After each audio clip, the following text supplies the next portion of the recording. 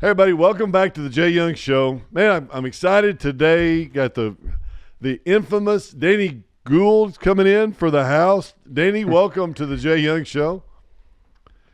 Glad Yeah, you're Jay, here. I'm happy to be here, man. Good. Yeah, super excited.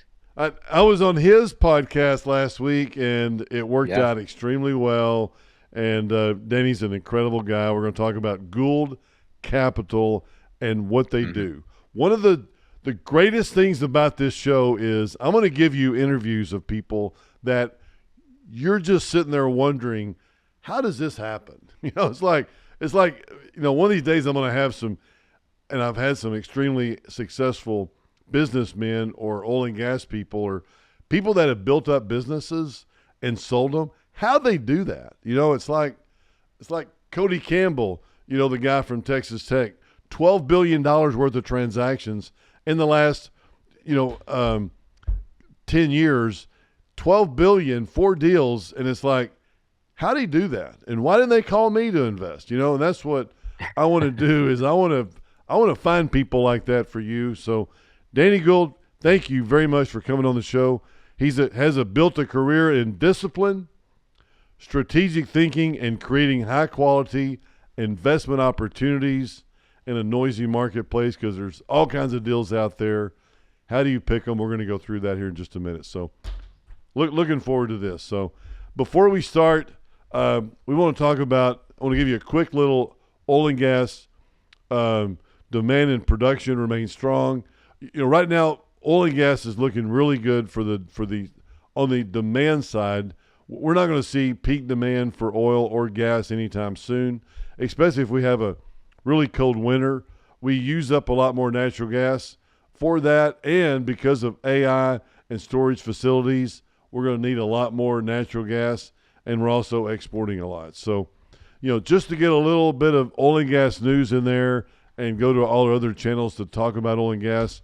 Uh, that's what we do, and we're extremely excited about.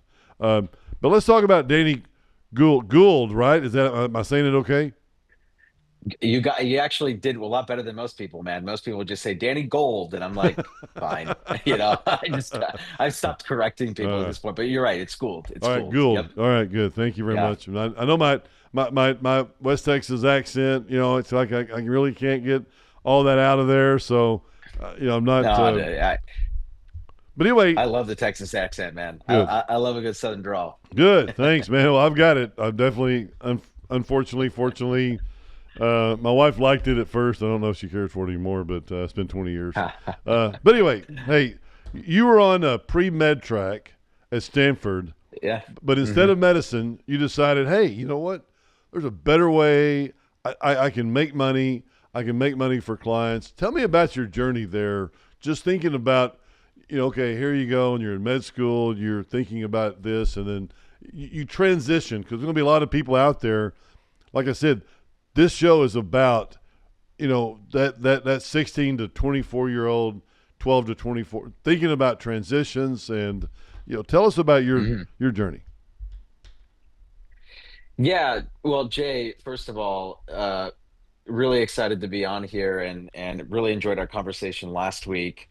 And yeah, man, we're gonna have a lot of fun. But to answer your question, I think you know, anyone who goes to college and quote unquote knows exactly what they want to do with their life at the age of 18 is full of it, because no one really knows what their life's purpose is, what they're meant to do Mm-hmm. when they're 18 years old. They're influenced heavily by their parents, by their peers, by their teachers, by the media, by all of these extraneous forces outside of their own thinking, outside of their own desires. Because up until you go to college and you really are forced into being your own person, you don't really have an identity yet. And so I think, going into college, I felt, all right, well, lawyer, engineer, doctor. Those were the options my folks gave me. Yeah.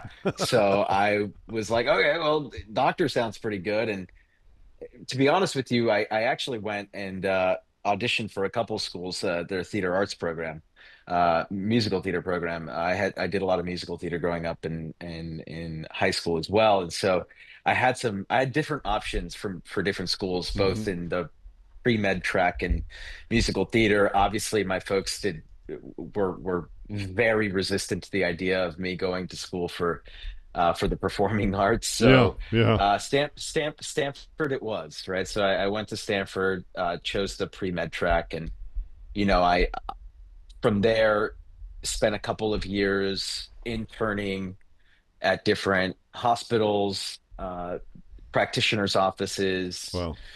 doing all of the internships or all of the different programs that they had at Stanford for Mm-hmm. the pre-med folks to try and figure out which track they wanted to go down.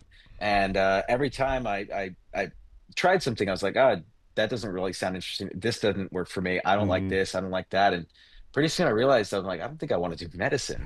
I don't think it's a track thing. I think it's an Right, actual like I don't really truly have a passion for this. And right. um I think what really tipped the scales over the edge for me was, you know, in business, I have learned to develop a very thick skin, and business kind of calluses you in that way. But we're dealing with money. Mm-hmm. We're not dealing with people's lives. Right, right. And in medicine, you're dealing with people's lives.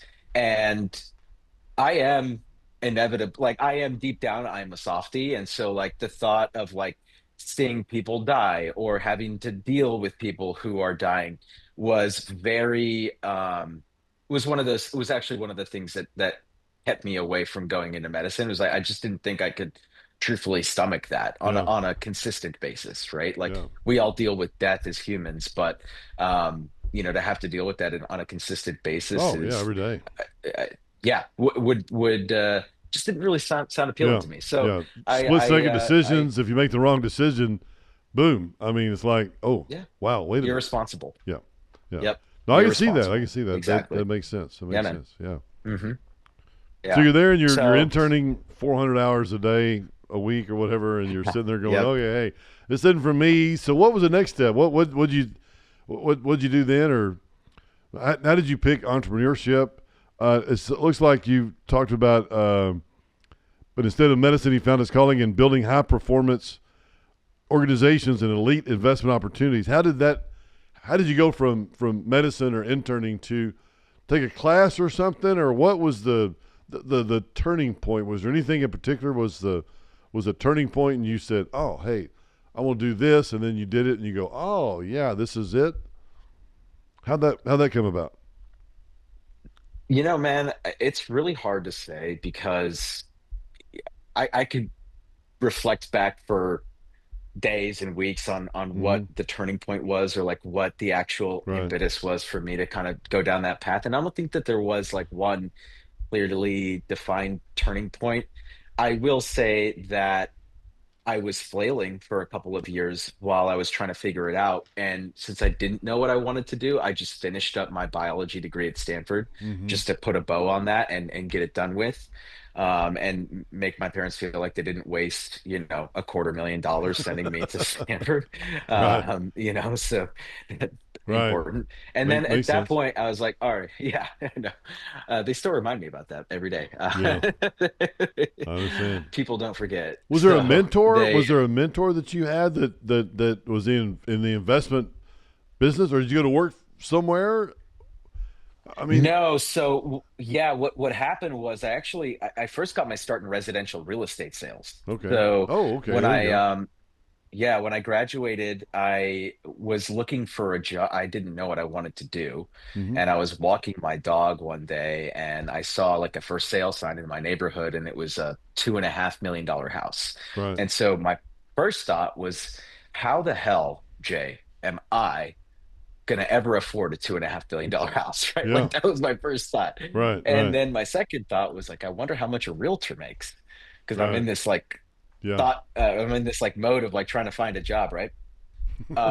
And I Googled it and saw 6%. I calculated 6% of $2.5 million and I signed up for my real estate exam right away. It was, I was Right. like, holy Right. cow, 150 6% of two and a grand. half million. Yeah. Hundred Yeah, fifty thousand it's a dollars. lot of money. Selling one house, Yeah, one beautiful home. As a matter of fact, who wouldn't buy this home? It's like who wouldn't buy this home? And exactly. I get 100. Yeah, that's. Oh, good. That sounds good. All Yeah. right. Now, what they don't tell you online is that that's split 50-50 with the cooperating broker. You Yeah. have to pay your own broker. You've got taxes and marketing expenses and all that stuff. So 150 turns into like 10 really fast. Right. Right. Right. But Well, but and two, like yeah, it's like there's a lot of there's I can't remember how many different real estate brokers in Dallas Metroplex that didn't sell a home last year. Not oh, one, right? so They didn't. many. Yeah. Yeah. So it's like, oh, so it's not as easy as it looks, but it looks, yeah. Okay. But anyway, so you did that. You did that for a while. Where'd you do that at? California, or where did you do that? Yeah, in the Bay Area. Okay. And it's worth noting that around that time, kind of like in my last year at Stanford, I was in Vegas and I was at Caesar's Palace eating at the Bacchanal buffet. And I, it was just at this moment of like, like I'm graduating, like all the, just like all of this like euphoria just Right. kind of like hit me at once, right? Right. And I'm sitting there in the midst of all this hustle and bustle and this beautiful architecture and just like the city of this like entertainment mecca, right? And I'm an entertainer at heart. And I thought to myself, I said, I'm gonna build a hotel like this one day, Mm. and that's kind of like where that was like the fledgling, like the inception moment, if you Right. will, right? Where I had this idea that and it's never escaped me. So since that day, that's been my North Star is to build a hotel on the strip. Yeah. I'll tell you that I've done the same thing. I've sat in Blasio or sat in other hotels. I've looked out and I'm like, look at all these hotels and look at all this money flooding into this market and how much money is flooding in and how much money is going out. I mean, it's like enormous. I do the same thing in New York as well. I'm just thinking about, wow, look at all the things that people are spending money on and we're just missing the opportunities. And I've done the same thing in Vegas. Yeah. It's kind of, I read I think it was your LinkedIn or something, and I saw that, Mm. person that wants to, future Vegas entrepreneur or something, and I'm like, man, that would be, and I'm like, man, I've done the same thing, because it's just like there's so much energy in Vegas or New York, and there's just so much money, and you're like, man, that would be great to have some of that, so that's good. Um, so what else? What was some early experiences that shaped the discipline and analytical mindset that you bring to investing today? Well, truthfully, in the real estate space, I know that realtors really get a bad reputation here in the States. People think it's really easy to sell a house and realtors are lazy and yada yada yada. And Mm-hmm. while I don't necessarily disagree with some of those thoughts, I think that there's a lot of realtors out there that do give agents on the whole a bad name. The top 1%, and I was perennially in the top 1 to 2% or so in my area, even from the first year that I started selling real estate. So I was always like kind of at the top of the totem pole. Mm-hmm. To reach that kind of level takes an inordinate amount of discipline, Oh right? yeah. And there are a lot of really high performing people in the real estate space, and I just started developing habits based off of the habits that were shared within the high performance groups. I belong to some coaching networks in the residential sector, and I belong to several like mastermind groups and stuff like that. And so we all shared our best practices, and there were some pretty consistent themes, right? Mm-hmm. I'd say the first consistent theme was making sure that you woke up early, right? Yeah. Whether it was 5 a.m. or 5:30 or 6 or 4 or 4:30, it was get an early start to the day. Um, Make sure that you have some daily disciplines that you never let go of, right? So for some people, it was affirmations in the morning. For most people, it was definitely, going to the gym in the morning. Mm-hmm. And then, developing really disciplined sales habits, right? So what do I mean by that? Well, in sales, you have certain things that you need to do or that you're not going to, and if you don't do, you're not going to make any money. For example, Hmm. like you need to make sure that you're talking to a lot of people every single day, whether it's new leads or nurturing leads or just developing relationships in and around your sphere. These are things that, regardless of what industry you're in, and I would argue, Jay, even for yourself, right? Like you built this like amazing oil and gas fund. Like you're a salesman, Hmm. right? You're a lot of things, but you are in sales. And so this is the one thing that I think a lot of people, a lot of entrepreneurs don't really understand is when you're building your own business, your number one role in building a business is chief sales guy, right? Like Hmm. you are the director of sales until someone replaces you. Yeah. Um and if they're probably not going to be as good as you are at selling what you're trying to sell, right? But they'll hopefully get to at least 90 or 95%. So Well, yeah, man. I but mean, that everybody's was in the sales, first right? thing. I mean, Right. everybody's in sales. 100%. My wife's in sales. I mean, she tells me that she's not Mhm. in sales. That's true. I mean, she's selling me on that. I mean, it's like you Yeah. do sell, you do portray yourself, you do. It matters how good you are and how much money you raise. But yeah, I mean, if you're coming out in this market today and you don't know how you're going to execute or raise the capital or what do you need to do, what drives the numbers, and what I know that if I do so many podcasts or if I do so many different email campaigns and things that what was it that's going to help me get to that number that I want to raise for the year, so Yeah. I was raised a long time ago, in the old days of goal setting and making sure that you know there's nothing in your way. It's like, okay, if I'm going to raise $100 million this year, then $100 million by December 31st.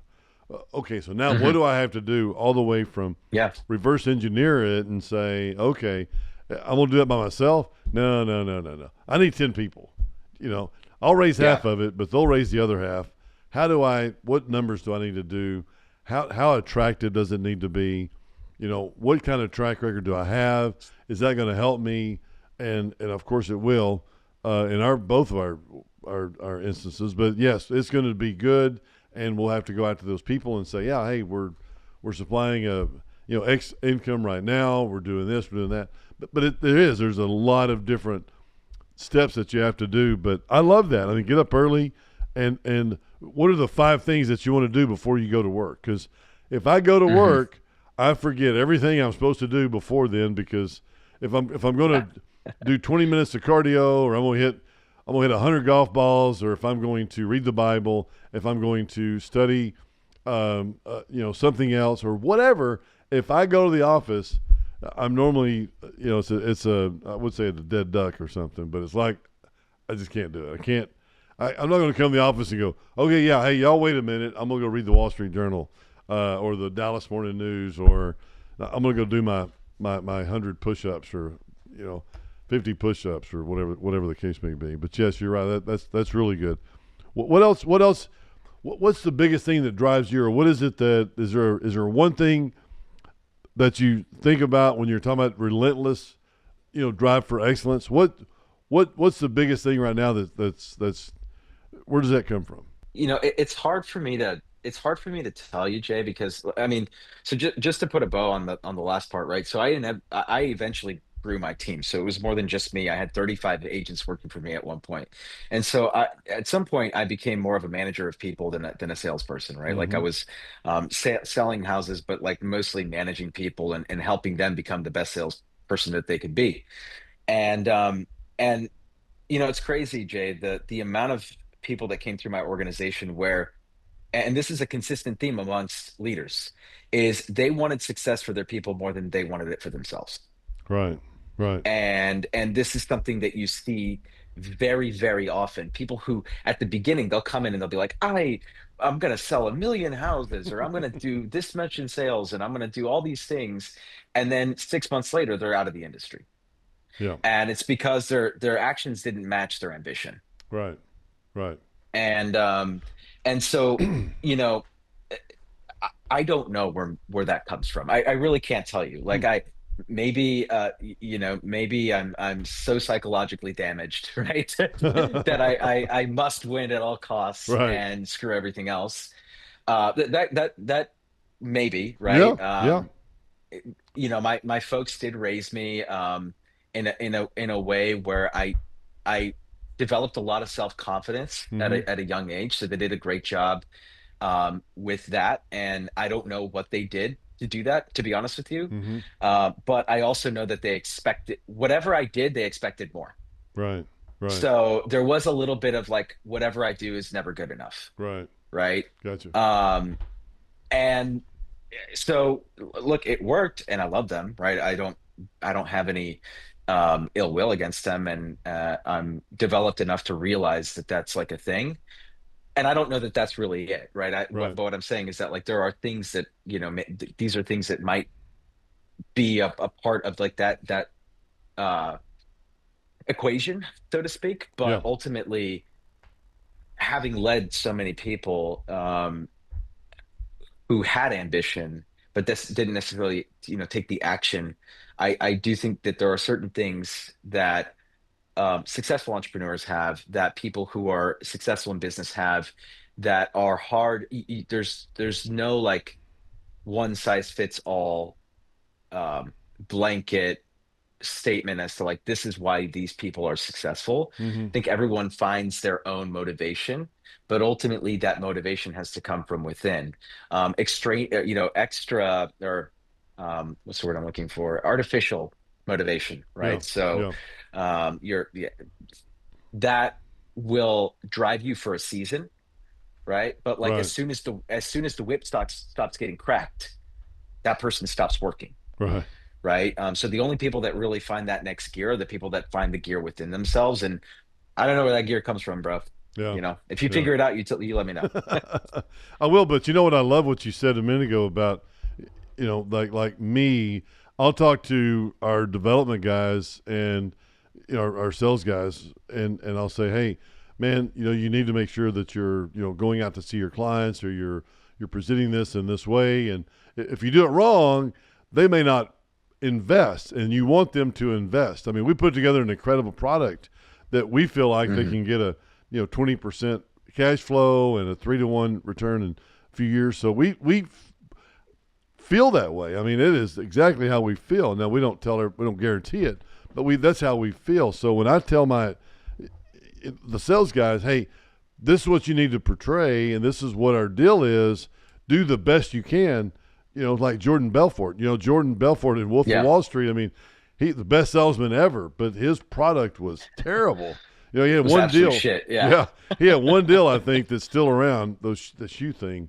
I saw it the other day at the Galleria. I'm like, oh my gosh, there's the one deal that Jordan Belfort raised money for. That what? And I want to talk about that with you because man, you see a lot of deals, and how Yeah. do you sift through deals, or how do you look? Because I'm assuming this is what Danny. This is Gould Capital. Gould Hmm. Capital, the West Texas way to say it. Gould. Gould Capital is a firm that has a lot of deal flow, and then you have a list of investors, or you have people in your database that are investors. So when you see a good deal, you go, okay, hey, this is a good deal. I'm gonna raise 5 or 6 deals a year, 4 or 5, whatever, and then I'm gonna raise capital for this deal, and I'd like to. I'm going to find the right deal. Okay, you look at 100 deals. You choose King Hmm. Operating, Cop 3, because you think, man, this thing's the most fabulous thing of all time. Just kidding. But Yeah.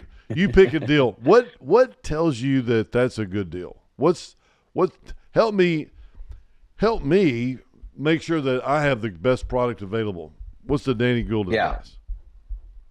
It's a great question, man. And look, what's right for me might not be right for somebody else, right? So I just want to like put that out there. Yeah. I think that everyone has to clearly define what their investment objectives are Mm-hmm. and reverse engineer the inputs that lead to those outputs, right? So for example, if you're older and you're a single investor, right? Like, or obviously like maybe you're married, whatever, but like and you're looking for consistent cash flow, lower risk sort of stuff, like you're gonna have to reverse engineer the way that you look at deals based off of your individual desired outcome. And so for myself, I have a Rolodex of institutional investors and Mm-hmm. institutional capital partners. And so my job is to essentially look at a deal and figure out how marketable is this deal, and do I actually think I have people, investors in my database who are going to be interested in putting money into this deal, Hmm. right? And so just to take a step back, right, like to broadly define what we do, we help source institutional capital partners for real estate sponsors, right? So you can think of us as like a mini like real estate investment bank, although got to be careful because securities, whatever, right? But like Right. like broad term, right? Like just to make it easy for people to understand what we do without getting into the weeds of it, right? But we help source institutional capital, mostly equity and some debt, right? Okay. For these deals. And so the way that approach deals, number one, is do I legitimately think that I have groups for this deal? And to peel that back a layer, there are different groups are looking for different things, right? Mm-hmm. Mm-hmm. And so universally, though, I would say one of the biggest green flags, one of the things that I look for in a deal is the track record of the sponsorship group, right? So who's operating this deal, Mm-hmm. and have they been successful in in what they're doing, right? So, like for example, Jay, you've done a ton of oil and gas stuff, right? But like if you came in and this was your first real estate deal, even though you may have done billions of dollars in oil and gas, but this is your first real estate deal, like you're not an experienced sponsor, right? And so this is what some guys get wrong. Just because you're rich doesn't mean that you know what you're doing, Yeah. Exactly. right? Not that So I'm either you got one. a lot Not of that that I'm going rich on. or smart, but I'm not either one. Yeah. But okay. Yeah. Oh, I'm sorry. stop it, dude. Yeah. Yeah. All right. But it's one of the first things that I look at, right? Is what's the track record of the What kind sponsorship of group? deal is it? Have, What kind of deal do you like? What's the biggest best deal you've ever done, or what's the normal? Is it residential? Is it hotels? Is it Vegas? Is it New York? What's the biggest deal you've ever done, or what's the best deal? The one you like the best, I guess. What kind of deal is it? yeah, so I would say that the well, to take a step back, right? In terms of the types of deals that we do, Mm-hmm. um 80 to 85% of my pipeline is hospitality. And the reason that that is because that's my background, right? So I was a part of a hotel fund before this and was a co-managing partner of that portfolio, and then eventually made my way into starting my own investment office. But because of my background, because of my network, most of my deals are in the hospitality sector. Okay. I am actively working on expanding, right, and sourcing deals outside of hospitality, just because we want to become known for not just hotel, but just as a commercial Yeah. real estate Private equity firm. um, capital capital resource. Yeah. Exactly, Yeah. exactly. Gotcha. Um, yeah, and eventually, bring in capital in-house, right? And do our own PE, right? Like do our own allocations, absolutely, Yeah. right? That would be the eventual goal. But to explain to you kind of like what deals, I like, I would say that like the majority of the deals that we take in are going to be, well, it's like 50-50. It's like 50% ground up development and then like 50% value add projects, right? So Okay. projects that are either being repositioned or rebranded. Um, the majority of the projects that we take on are going to be higher risk projects. And only because, core plus projects are typically gobbled up by institutional capital, Yeah. right? Yeah. At the source. So meaning they're the operators, right? Think BlackRock, right? Think Starwood, right? These groups, they come in and they're happy with their, clipping an 8% coupon because that's all they need to make their investors happy, Mm-hmm. right? But these call it middle market institutional partners that I have, these guys are expected to deliver high teens, low 20 return rates to Mm-hmm. their investors. And as a result, the type of projects that they need to invest into are going to provide higher yield, but at a higher risk, Okay. right? And so the projects that I look for are going to be projects that have like a slightly higher risk profile. Um, but that doesn't mean that they're bad deals, right? That just means that inevitably, like whenever you're doing a ground up project, there's a little bit more risk involved, right? Whenever you are repositioning an asset, the business plan is it could be really solid. There's Yeah. still risk there, right? There's still more risk than buying an existing asset that's humming, Yeah. where there's no renovation needed, there's no nothing needed. We might even be keeping the same management company in there, so there's zero change. We're just changing. The only thing that's changing is who's on title. Well, in that case, it's a much lower risk profile, right? Much lower risk profile. Is that kind of like? And I'm looking it up. I'm not on my phone. I'm not on my phone. Not paying attention. I don't want you to think that, but Jacquard, Jacquard. I think that's the name of the hotel I was at last week. When matter of fact, I was sitting on the second floor when we had our when I was on your show. I was at the Jacquard, JACQUARD, an autograph collection. Would that be Yeah, something that you would raise money for, like in Denton yeah, or the other? Okay, so it's not like a yeah. I have Sheraton or a Hilton or a Ritz Carlton. Starwood and other guys are going to fund that, but you would be the money behind this, kind of. well, actually, so Jay, Autograph is owned by Marriott. Okay, It's part of the Marriott reservation system. So okay, all of my deals, almost all of my deals are going to be Marriott, Hilton, IHG, or Hyatt. There might be some Choice, there might be some Wyndham, but institutional capital will typically play in like the 100 to 150 million dollar plus range, yeah, and then the middle market guys, the guys that I typically work with, are kind of in that like 20-30 million to like 150 range, okay. right? Like that's the asset size. And multiply that by 35% or so, and that's the equity requirement typically for those I'm deals. sorry. What did you say again? Your deal is like a 35, 30, 30, $40 million deal, or what's your average size, or what's your target size? I guess. Yeah, so like the average sponsor that I work with, like their deals are between 25 million to 150 million dollar deals, Okay. right? That's kind of like the range, maybe 200, right? It's kind Yeah. of like the top end range.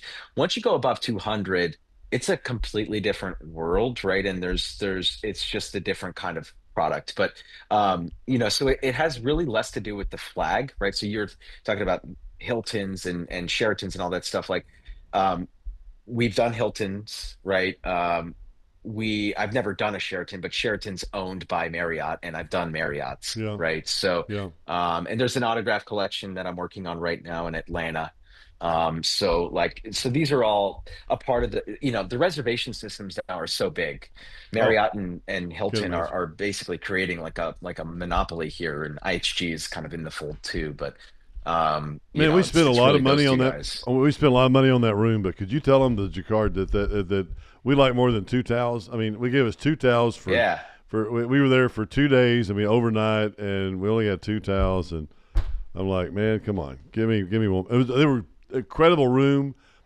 It was right in the middle of Cherry Creek. Incredible view. Everything was beautiful. I love that area, and that area is just, I mean, exploding. But they gave us two Yeah. towels. Two towels. Anyway, I'm looking it up right now. Okay, so that's in Denver, yeah? yeah, Denver, Cherry Creek. Yeah. I mean, that Yeah. it's not in downtown. It's a little bit north, or I don't know if it's north or south or whatever. But anyway, it Mm. was incredible.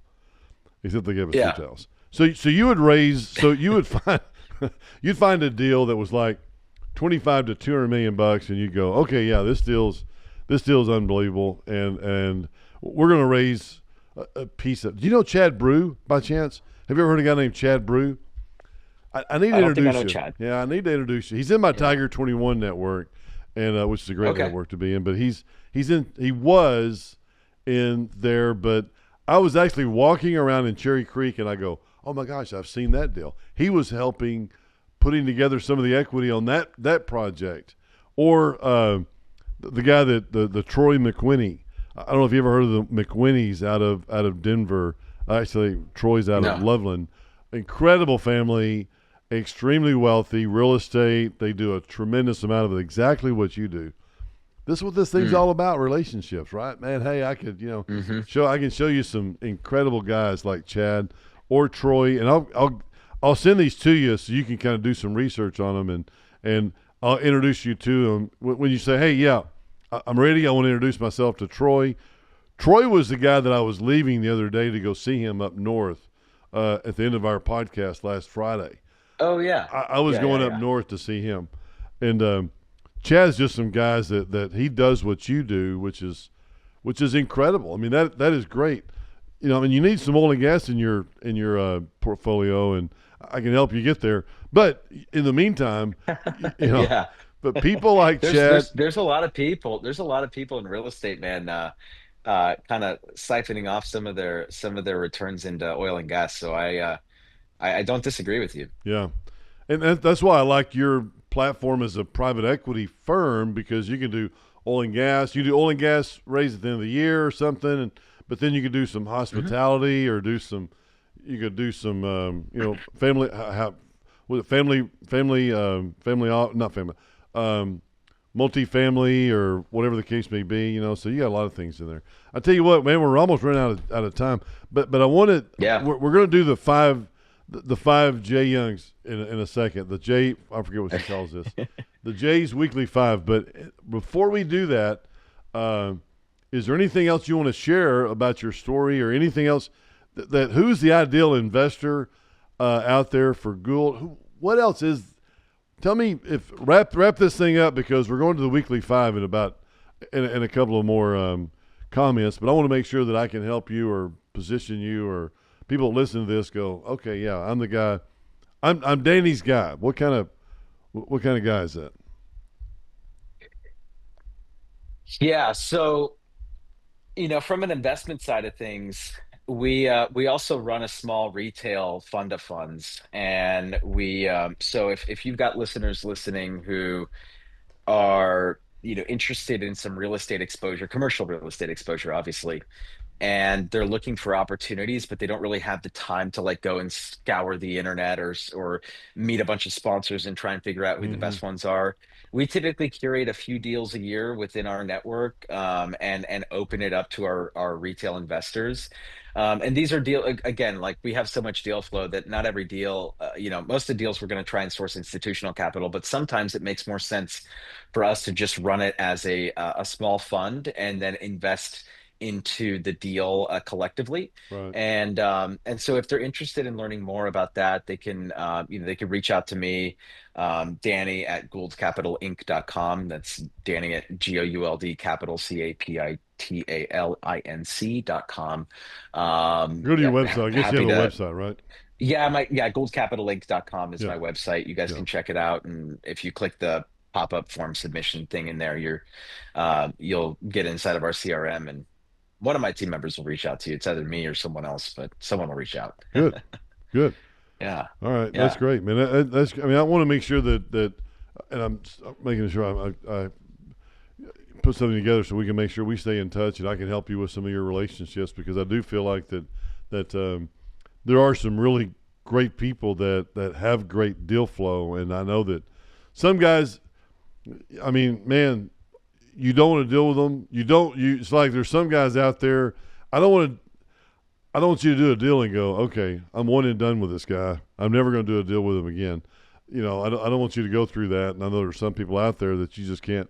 I mean, there's going to be market conditions. There's going to be things that happen. But, when you're talking about great deals and great people, I mean, I tell people all the time, hey, don't invest in oil and gas. But if you are going to invest in oil and gas, don't invest with anybody but me. And I'll tell you the reason why is because there's nobody else that has the scalability that I have, and but don't just go into it with somebody because you want 100% write off. I mean, that's not the reason why you do oil and gas because you'll go broke. You'll never get all your money back. You'll Yeah. lose money. Blah, blah. And I'm like, if you're going to do it with me. And I'm not trying to toot my own horn, but I wrote a book, The Upside of Oil and Gas Investing. I've done all this stuff, and there's just a reason why people need to look at us and our model before they invest, in anybody else. If they want to invest in oil and gas, sometimes it's not for Right. everybody. It's not for everybody. But anyway, Mm. let's go now to the Jay's Weekly Five. So we have a word of the week, we have a Bible verse of the week, and we're going to discuss this and talk about what you're reading, show you're watching, and what you're listening to, and somebody said if you're not listening or watching Landman, you're behind the deal. But anyway, the word of the week, this week is execute, and I like execute for the word of the week. We have one every week, Danny, but the word of the week this week is execute, and that's to take decisive action, follow through, and turn plans, like we talked about earlier, into measurable results. Results. A powerful leadership word that fits operations, deals in strategy. Danny, when I say execute, what do you think? What comes off in your mind first?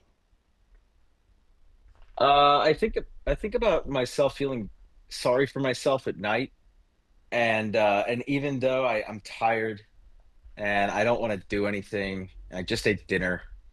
It's like 8:30. It's like I could veg out on in front of the television for like a couple more hours, or I could take out my laptop and get ahead on this week's projects or this week's work or whatnot. So that's what I think about. It's like, hey, like stop feeling sorry for yourself and just do the damn thing. Yeah, exactly. Execute. Get stuff done, and don't spend time on things that will never make you a dime. I mean, it's like you can waste so much time and effort on things, and it's like, man, don't waste your time. I tell people that all the time. The Bible verse of the week, I took one this week called from Proverbs 16:3. Commit to the Lord whatever you do, and He will establish your plans. That's a strong reminder that execution begins with alignment, purpose, and commitment. So I love that. Books this week, the execution, the discipline of getting things done, not the execution like if you're in jail or you're in a prison somewhere, but this one's the discipline of getting things done by Larry Bossidy and Ram Charan, maybe the gold standard for understanding how leaders drive execution across teams. And I've not read that, but I am going to read that. That is on my list, and I do want to get to that. But I want to listen. Maybe I can do the audio book. Any particular books that you're reading, or what's your favorite book? Do you have one in mind? I just got done reading the Bible, bro. Did you really? Yeah, yeah. So I was like, oh, that's cool that he popped that out because it had been a while since I had read it. Obviously in high school, I went to Catholic high or Jesuit high school. It's basically Catholic, so we Yeah. read it, quote unquote, right? Yeah. But I spent almost a year kind of getting through it. Wow. And so yeah, so I read it. Started at the New Testament. Smart idea, by the way. Smart. Start New Testament, then go back to the Old. Don't try and read it for all the way through. Um, but What did you read, like 10 pages a day, chapter a day? How did yeah, you break it up? yes, Wow. I did 10 pages. It was 10 pages a night. Yeah, it was 10 pages a night. And of course there were nights that I skipped, right, or Yeah. wasn't able to get to it or whatever, Yeah. but like that was my rule, Yeah. is like 10 pages a day, Yeah. or 50 pages a week is probably like, because like some days I wouldn't do it, but I'd Oh still yeah. try and make up Yeah. for it like the next day. Wow. Good for you, man. Yeah. That is great. And I tell you, sometimes when I'm reading the Bible, I try to read every morning, and when I do, I've got to have an audio book. I got to have that guy speaking in it and reading the Bible in my ear, and I'm reading It's at the so same hard. time. Because man, Yeah. I'll sit there and I'll just, yeah, Dude, yeah, yeah, wow, your mind starts to trail and yeah, wander and stuff because uh, it's a dense, yeah, dense yeah, piece of literature. yeah, It's really hard to read. yeah. It's really hard. Jack Graham he's our pastor at our church, and matter of fact, he's a great guy. But we have about 70,000 members in our church, and Jack Graham's the head guy, Uh, and he just surpassed 100 million downloads for his app called Bible in a Year. So if you ever want to listen, Bible in a Year, Jack Graham, it's incredible. Really, really good. yeah. And I love that. So good for you, man. That's great. That's great. Matter of Yeah. fact, I had my Bible this year, and Tim Tebow came to speak at a charity event, and I was in Carmel, Monterey, and Yeah. I was at Pebble Beach, playing Pebble Beach, and then with Spyglass one day, but at our Mm. Carmel Classic this year, and Tim Tebow was there, and I took my Bible with me to dinner because I knew he was going to speak. And I said, "Hey, Tim, do you mind would you sign my Bible, and would you sign John 3:16?" And he goes, "Oh, bro, love to, man. Just give, He took it out, and I started flipping through, and I was going the wrong direction. I was in Matthew, Mark, and I was and he's like, "No, this way, bro. Like you're going the wrong way." He knew definitely where that John 3:16 was, and then he signed it. What a great guy. That's cool. We could probably sit here and talk Yeah, about he him. really is. Yeah. Yeah. Yeah, he does a lot of stuff with great role model. Yeah, he really is, and the John 3:16. I did that. Me and him have John 3:16 on our below our eyes because I told our marketing person to put that together. Thank you, Laura, for doing that. And I haven't done anything with it because my wife said, "Don't you post that at all," and I did not. So I've got that picture in my wallet. But anyway, podcast that I'm listening to. I like Tim Ferriss. Tim Ferriss is a really good guy, and he has a lot of great. He talks about his habits. He talks about the systems that he has in place, the scalability, the things that you do over and over and over again that you have to do, and I love it. He's kind of like you. I mean, man, I could put you right down here too, the Danny Gould Show. But he talks about routines, habits, and systems, just like you. And also, puts the word at the end of that, talk about execution. So, execution. So that's great. Any other? What's your favorite? You have a favorite podcast besides the Jay Young Show? Is there anything in particular that yeah, totally, man. No, I love it. Honestly, so here's, Jay, I think that you can appreciate this, right? Like there are seasons of seeking knowledge, and then there's seasons of execution. Speaking of right? Yeah. And so Yeah. there are seasons where like I'll do a lot of listening to like educational podcasts and like reading a lot of audiobooks, etc., to like try and like fill my brain up with knowledge. But like those are typically seasons where I'm doing more like business maintenance, not business growth. Mm-hmm. When you're trying to grow your business, you know, I've never found a lot of success in growing a business while also like inputting a lot of additional knowledge, because most entrepreneurs will agree with this, or this will resonate with you, is when you hear a good idea, you want to execute on it immediately. And so if you keep feeding your brain all of this additional knowledge and all these cool things that you could be doing, then it kind of takes you off of the main thing, right? You go on all these side quests. Mm-hmm. And so to protect myself from myself, because I know myself, Mm-hmm. I don't do a lot of listening to podcasts or any of that stuff while I'm in the growth season of my business. And right now is like I'm growing it tremendously. And so I use podcasts as a way to escape and like disconnect from the world. So Pat McAfee show all the way. Best sports program on on the Yeah. planet. Yeah. That guy's incredible. Yeah. And really enjoy Pat. Yeah, he's good. Very, really good. I like him. I like him a lot. He's Yeah. very, very, very entertaining, and he has a great product. I mean, the product is sports and people kicking field goals and all that stuff, Saturday mornings. But it's just a really great program. He's very entertaining, and he's very good at what he does, and love that. So that's good. Oh yeah, TV show I've got down here for this week. Now you should be seeing Landman, which is on Sunday night. It comes on at 12 o'clock on the West Coast and 3 a.m. Sunday morning on the East Coast. I was going to wake my wife up at about 6 o'clock on Sunday morning and say, "Hey, honey, it's on. Let's go. Let's get in the kitchen or let's get in the living room and watch Landman," but she didn't have any of that Sunday morning early, but we did end up watching it a little bit later.